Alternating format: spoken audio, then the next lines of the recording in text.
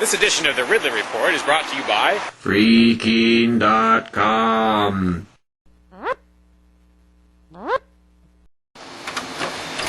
Decades overdue, it's finally starting.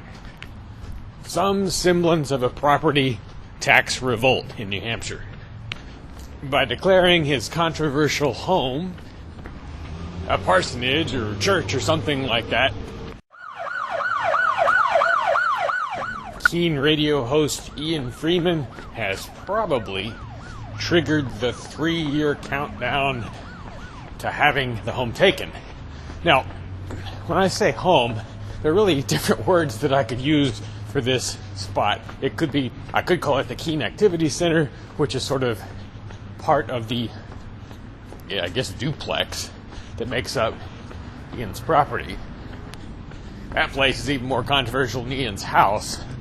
Although, I'm really not sure what all the definitions are here and what all the geographic significance of each part of the property is. And I'm not sure if the Keene Activity Center is part of that, if it's just Ian's house. But anyway, the important thing is there's a property there that's basically going into revolt status. Now, if I understand correctly, this situation is different from what's developing in Grafton, where Free Stater John Cannell owns a church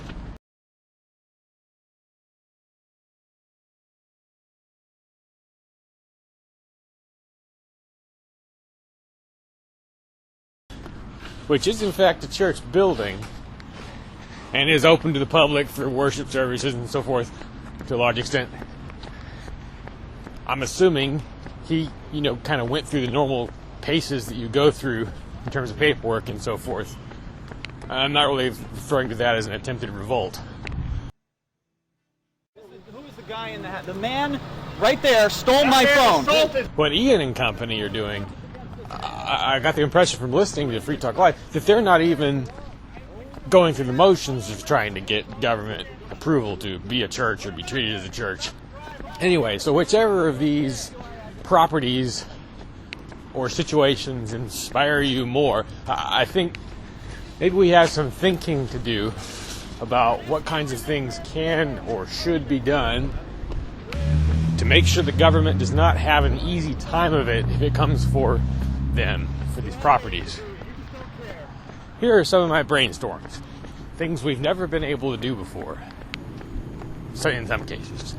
Let's say we get to the point, perhaps in the year 2016, where the house is now at risk of confiscation. And personally, I would have preferred this was just an out-and-out civil disobedience act as opposed to going through the sort of freak showish element of calling it a church. People naming themselves all these titles that people are just going to laugh at. But the number one step that I think should be taken, and actually the step I take when I'm around the Keene Activity Center, is to try and become an asset to the neighborhood for a change. And by that I mean enough of an asset so that you're actually perceived as an asset by the neighbors. I've only ever heard of one situation where the people who inhabit the CAC have gone out and cleaned up the neighborhood or something like that. It's not a dirty neighborhood, but it's very residential, and whenever I've been to the CAC, I felt actually kind of uncomfortable being there. Like it's sort of like I'm taking up parking space away from people who live in the area. There's not really many places to park. Maybe that situation's changed somehow since I was there last. But ice removal is another useful thing that could be done around there, which I'm sure the neighbors would appreciate. Ideally, as Ian is always saying, you don't want to do this kind of thing in isolation. And that's why he didn't do it for all these years, because he thought he would be kind of alone. But isolating themselves is exactly what the folks in the CAC tend to be doing. Why are you threatening? I just got a video Because camera. an object in your hand, and it's very threatening. Perhaps you should The camera back is up. threatening to you, Kay? Yes, I think it is. You just stepped Isn't up that to what me. you used to do? By failing to win the support